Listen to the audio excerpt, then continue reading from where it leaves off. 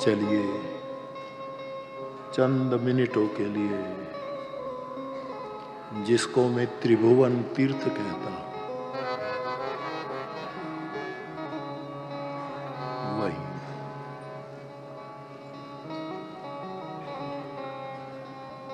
कृष्ण संबंधी बात है। इसीलिए मैं इस स्मृति में खोया जा रहा।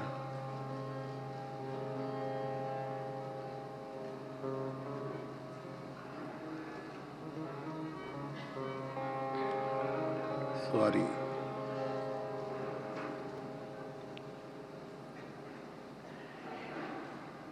भद्रायु भाई,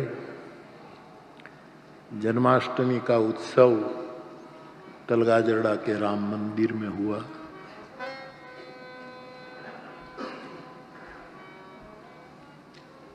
और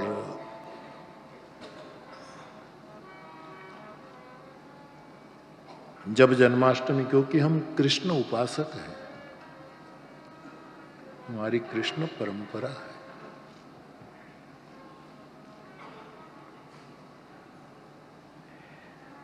तो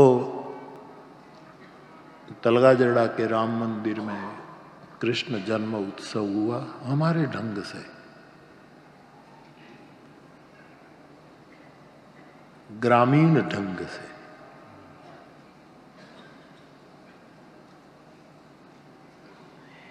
और मैंने कई बार आपको कहा कि मेरे बुद्ध पुरुष, मेरे सदगुरु भगवान, वो राम जी मंदिर के ओटले पर बैठते थे। जब उत्सव पूरा हुआ फिर वो दर्शन करने गए और दर्शन करके निकले। एक ऐसे ऊपर से वक्र छड़ी रखते थे दादा, नेत्रनी छड़ी रखते थे। तो मैं रात को 12:30 बजे जहां दादाजी सोते थे वहां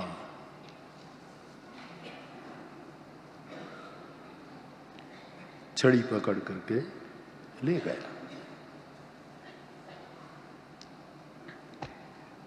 बड़े प्रसन्न थे।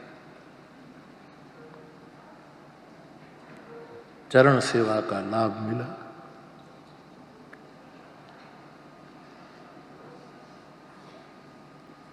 क्षमा करिएगा, ये निजी बात है, शायद फायदा हो जाए। साधु का क्या निजी होता है, क्या निजी होता है? निजी तो हम जैसे संसारियों को होता है, साधु को क्या निजी। तो बैठ गए। मैं पहली बार ही कह रहा हूं,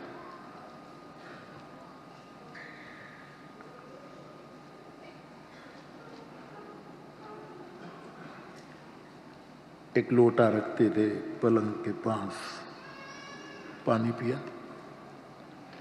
फिर मुझे कहा, बेटा एक बात कहनी है मेरे युवान भाई,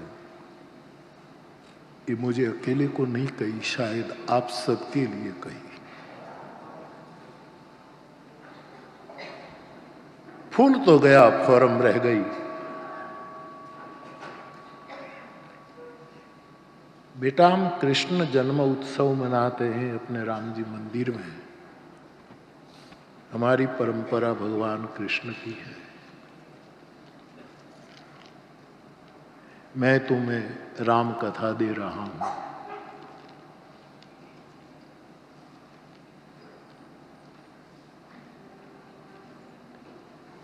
आज जन्माष्टमी के दिन 5 वस्तु याद रखना, और इन बातों को मैं अब अपने शब्दों में डालता। अब विस्तार मेरा है, शब्द मेरे हैं, प्रस्तुति मेरे। दादा ने 5 छोटी छोटी, मैं मेरे युवान फ्लावर्स को, भाई बहनों को कहना चाहूँ, आज जन्माष्टमी के दिन इस पलना झुलाना है, द्वारिकाधीश का अंतर मन में दर्शन करना है, मथुरा की कृष्ण जन्मभूमि में परिक्रमा यदि करनी है, श्रीनाथ द्वारा में जाकर यदि मत्था टेकना है, तो हम और आप 5 वस्तु कृष्ण से सीखे। दादा ने कहा, बेटा अब शब्द मेरे डाल रहा हूं कि 5 वस्तु कृष्ण से सीखना। 1, और मैं पूरी कोशिश कर रहा हूं इस तरह जीने के, आपकी शुभकामना से और मूल में मेरे बुद्ध पुरुष के आशीर्वाद से।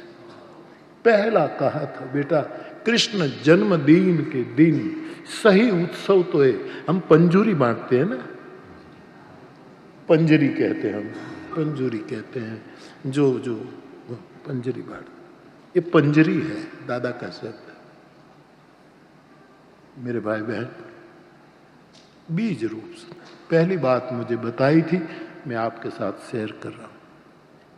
कृष्ण जन्मोत्सव के दिन सीखना, स्वीकार स्वीकार स्वीकार। कृष्ण एक ऐसा परम तत्व है जिसने सबका स्वीकार किया, और मेरी पूरी कोशिश है कहीं चुक जाऊं तो मुझे टोकना, क्योंकि हम जीव हैं। स्वीकार करो, स्वीकार करो। कौन भला कौन बुरा, एक पिता के विपुल कुमारा, हो ही पृथक गुण सीला।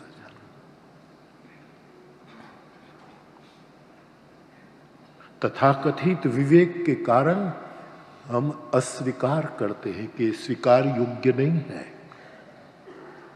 मूल विवेक नहीं, तथाकथित विवेक के कारण स्वीकार करो, कोई भी हो।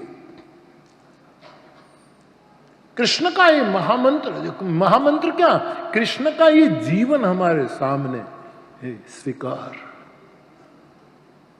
ये हार का भी स्वीकार करता है, जीत का भी स्वीकार करता है। क्या नहीं स्वीकार किया कृष्ण ने? प्रशंसा का भी स्वीकार कर, कितनी कितनी स्तुतियां उसकी हुई और गालियां भी इतनी मिली, सबका स्वीकार। और बहुत करने जैसी चीज है, हम कर सकते हैं स्वीकार। એટલે મારી વ્યાસપીઠને કોઈની સાથે આભડછેટ નથી, मेरे लिए कोई अस्पृश्य नहीं है। फिर कोई शायर का एक शेर हो, लोकगीत की 2 पंक्ति हो, फिल्म की पंक्ति का कोई पाद हो, वेद का मंत्र हो, भागवत की कोई चर्चा हो, कि मेरा जीवन प्राण रामचरितमानस की चौपाइयां हो। स्वीकार, यदि सीख ले, कृष्ण के पलने को हम झुला सकते हैं। स्वीकार। मैं निवेदन कर रहा हूं, स्वीकार।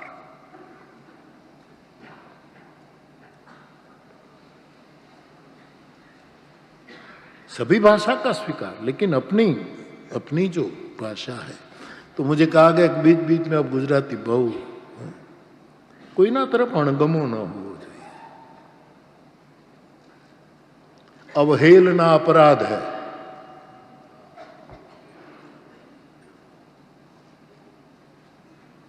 अवहेलना अपराध है, इसलिए व्यासपीठ को कोई अस्पृश्य नहीं है। मैंने कई धर्म धुरंधरों को, जो मेरे परम वंदनीय रहे हैं, अब वो नहीं है। इन सभी के साथ मुझे बहुत दुलार मिलता था, लेकिन तलगा जरड़ा की 1008 राम कथा में जब मैंने जाहिर मंच से व्यासपीठ से कहा कि इसमें जितने हरिजन भाई बहन, दलित भाई बहन हो, वो आओ करके मानस की आरती उतारे, तब से वो मेरे से इतने नाराज हो गए कि 2-3 ने तो मुझे श्राप दिया। अच्छा हुआ कि लगा नहीं, साप ऊंधा पीड़िया।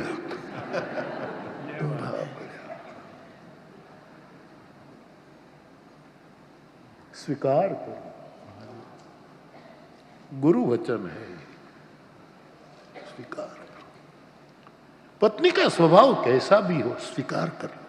पति पत्नी एक दूसरे को स्वीकार करें और नया संबंध जोड़े। तब एक बात मैं खलील जिब्रान की कहता रहता हूं, खास याद रखे, एक दूसरे की स्वतंत्रता को आदर दे। फेरा फेर्या એટલે તમે વેચાઈ નથી ગયા। खलील जिब्रान कहता है, एक स्लेब के नीचे रहो, लेकिन जो पिलर है उसमें डिस्टेंस होना चाहिए।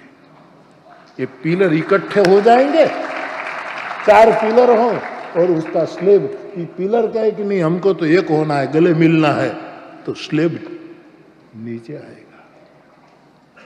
एक प्रमाणिक डिस्टेंस, आदरणीय, सम्माननीय,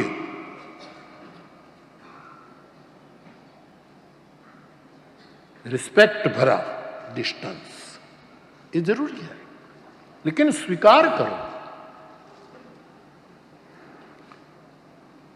अस्वीकार ने हमें बहुत पीड़ा दी है। कृष्ण ने यही सिखाई।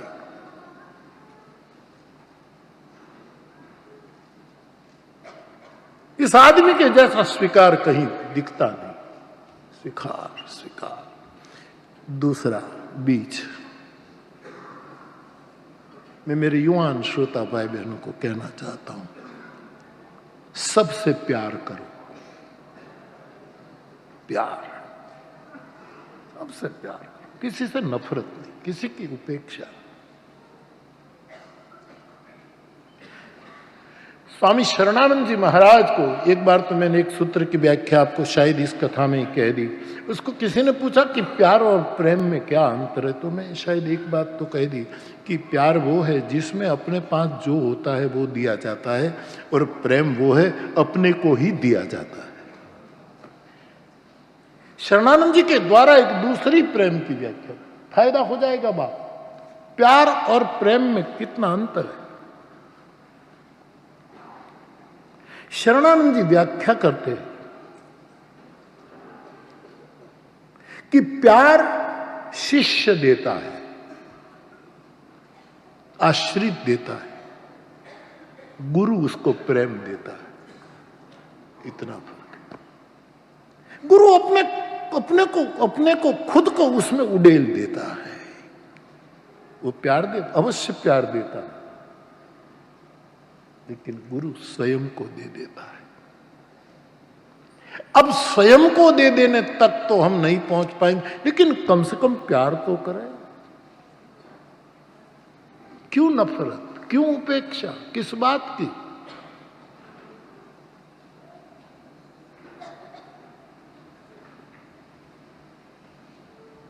मैंने कोशिश की है गुरु पाठ को चरितार्थ करने की। प्यार करो।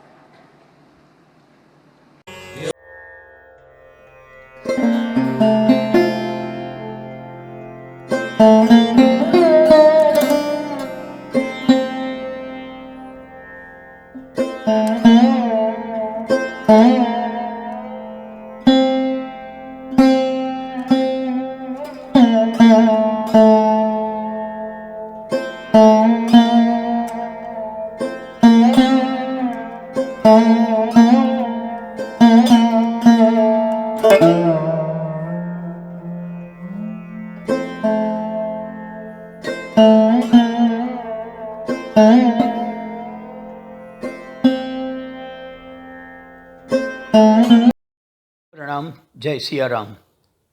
पूज्य श्री मुरारी बापू का 75वां वर्ष चल रहा है। इसी उपलक्ष्य में हम प्रति शुक्रवार आपके सामने पूज्य बापू के जीवन के एक एक पहलू को उनकी ही वाणी में पेश कर रहे हैं। पूज्य बापू के अनुग्रह और चित्रकूट धाम ट्रस्ट तलगाजड़ा और संगीतनी दुनिया महुआ के सौजन्य से ये काम हो रहा है। हम सब प्रार्थना करें अमृत वर्ष प्रिय हो। प्रणाम। जय सिया राम।